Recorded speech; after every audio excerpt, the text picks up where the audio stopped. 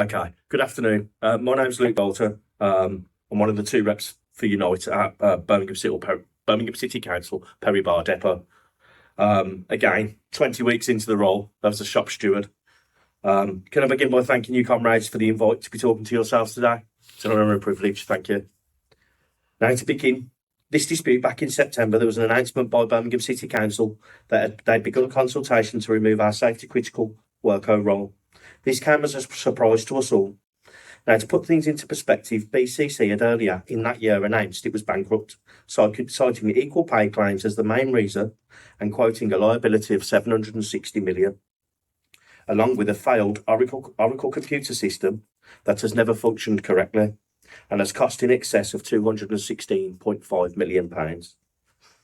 Having gone live in April 22 and to date, is still not functioning correctly. Off the back of these things, the council have begun their transformation and modernisation programme in Birmingham, and it soon became clear where their starting point would be. Us, the refuse collection service, of which during lockdown we were key workers. We lost colleagues due to COVID during this period, who were out doing their jobs to keep the city clean. This has all since been forgotten. We are now the target under the guise of transformation and modernisation that they can now justify removing our safety critical role at a salary cost of up to £8,000 for workers, some of whom have been there 20 to 30 years. They are now somehow expected to survive this barbaric reduction in wages. They attempted to divide us at the beginning, offering voluntary redundancies to people to dilute the impact, of which we lost some highly valued colleagues who felt they had no alternative but to take their money and try their luck elsewhere.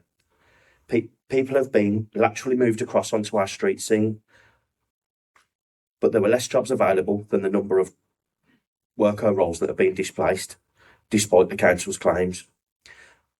We're now in December, having balloted for action.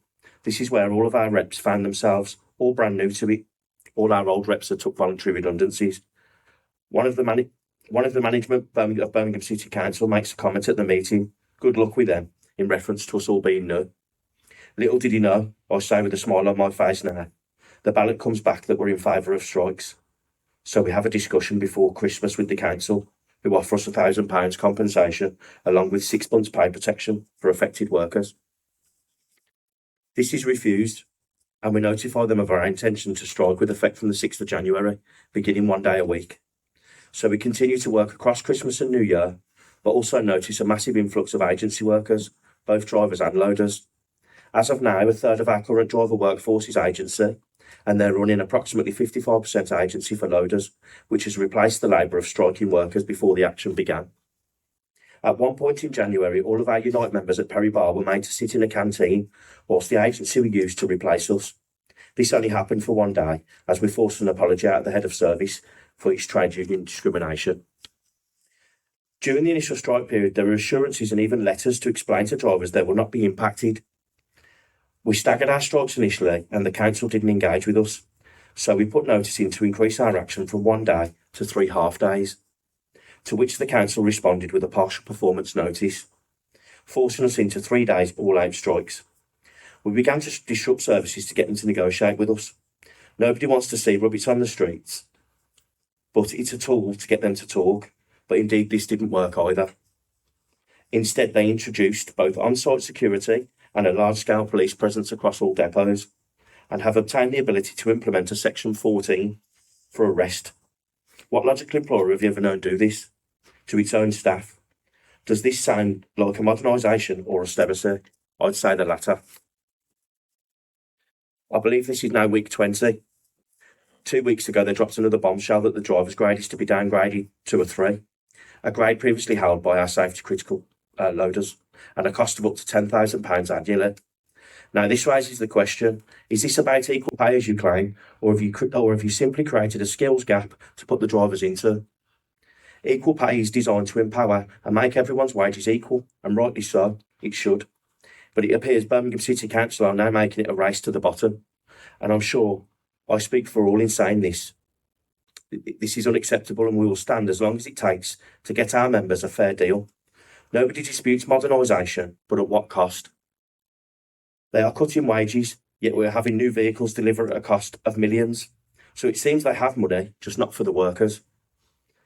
Our council is being controlled by commissioners who are paid thousands per day. The council tried to divide and conquer us due to their years of mismanagement. Us and thousands more will be made to pay. We're the largest council in Europe. If they succeed here with this austerity, we fear it will become a trend nationally. If it's good enough for Birmingham, it's good enough for everybody else. They made us an offer for loaders 3 to 4 weeks ago. Angela Rayner came to Birmingham, didn't speak to a single picketing worker, and said it was a good deal. We should take it. It was half a deal. They have failed to break us, and they won't. We have more members on our pickets now than when this began, and our voice will be heard. A Labour government with a Tory appointed commissioner have provided no support to us working class people trying to earn an honest day's living. Shame on them.